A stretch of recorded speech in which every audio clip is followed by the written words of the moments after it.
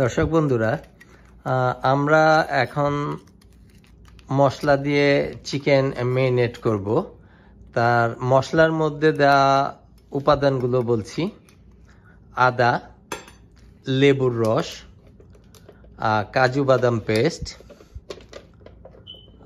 তারপরে এখন রসুন চলবে, টক দই দেওয়া হবে,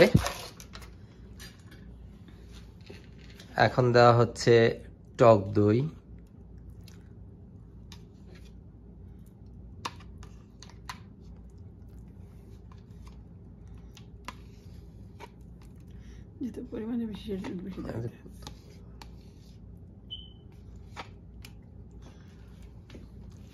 যেহেতু এখানে কোয়ান্টিটি অনেক বেশি, তো সেই জন্যে পুরো অর্ধেক আমরা এই দইটা ইউজ করি। নো জেলাটিনের পুরো অলমোস্ট 60% দই এইটাতে দেওয়া হয়েছে। এখন দেয়া হচ্ছে ধনিয়া গুঁড়ো,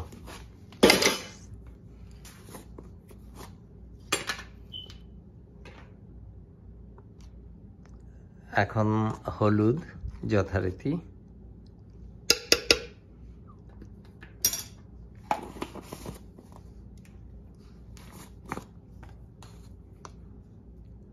মরিচ গুঁড়ো,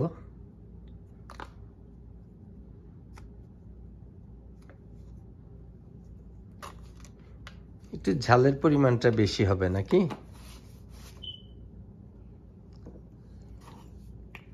এটা একটা স্পেশাল গরম মশলা, এটা হ্যান্ডমেড, এটা আমার ওয়াইফ ঘরেই বানায়।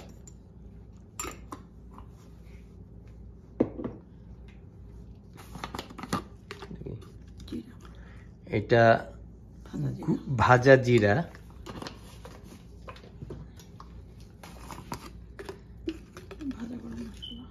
এটা আরেক ধরনের ভাজা গরম মশলা,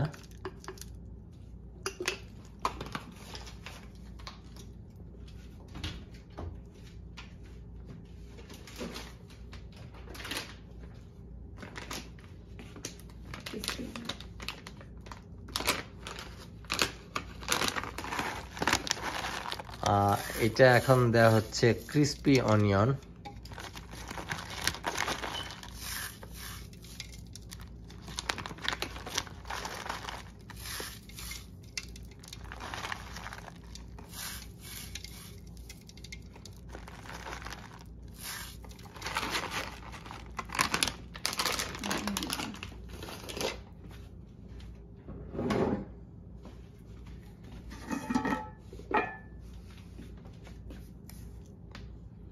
লবণ পরিমাণ মতো, স্বাদ মতো, এক একজন একটু কম বেশি খেতে পারে।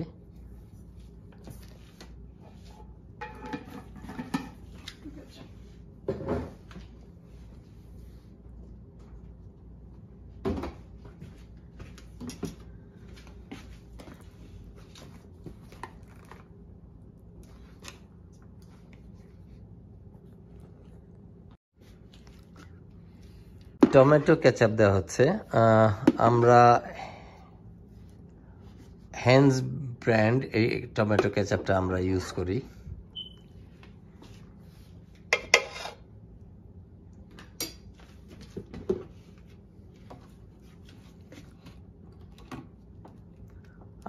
সয়া সস দেওয়া হচ্ছে। সয়া সসটা আমরা দিচ্ছি রোস্টার ব্র্যান্ড, আমরা এটা ব্যবহার করে অভ্যস্ত।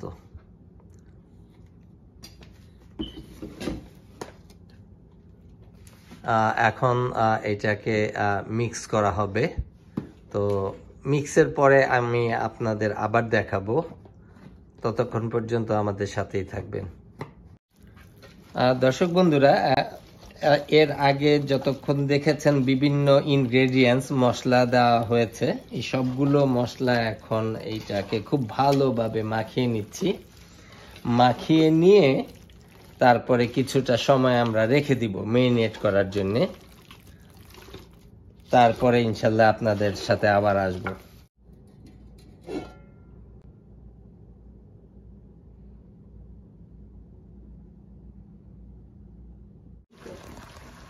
দর্শক বন্ধুরা, এর আগের অংশে দেখেছেন আমরা সব মুরগি মশলা দিয়ে মেরিনেট করে রেখে দিয়েছিলাম। এখন এগুলোকে ফ্রাই করছি। Fry that means almost 50 to 60% সেদ্ধ হয়ে যাচ্ছে আর কি। তো এগুলোকে তার পরবর্তী পর্যায়ে নিয়ে যাওয়ার জন্য আপনাদের নিয়ে যাচ্ছি। এখানে সবগুলো চিকেন আছে, আপনারা গত রাতে যা দেখেছেন। এটাতে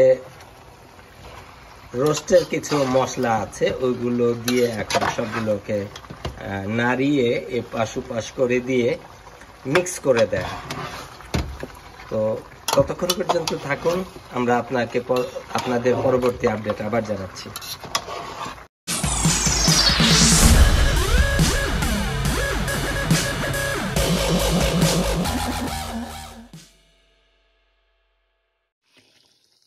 দর্শক বন্ধুরা, চিকেন রোস্ট অলমোস্ট হয়ে গেছে। আর অল্প কিছুক্ষণের মধ্যেই আমি ডিশে নামিয়ে ফেলবো। ততক্ষণ পর্যন্ত আপনারা আমাদের সাথেই থাকেন। ডিশে নামানোর পরে সাজিয়ে আপনাদের পরিপূর্ণভাবে পুরো প্রক্রিয়াটা তো দেখাবই।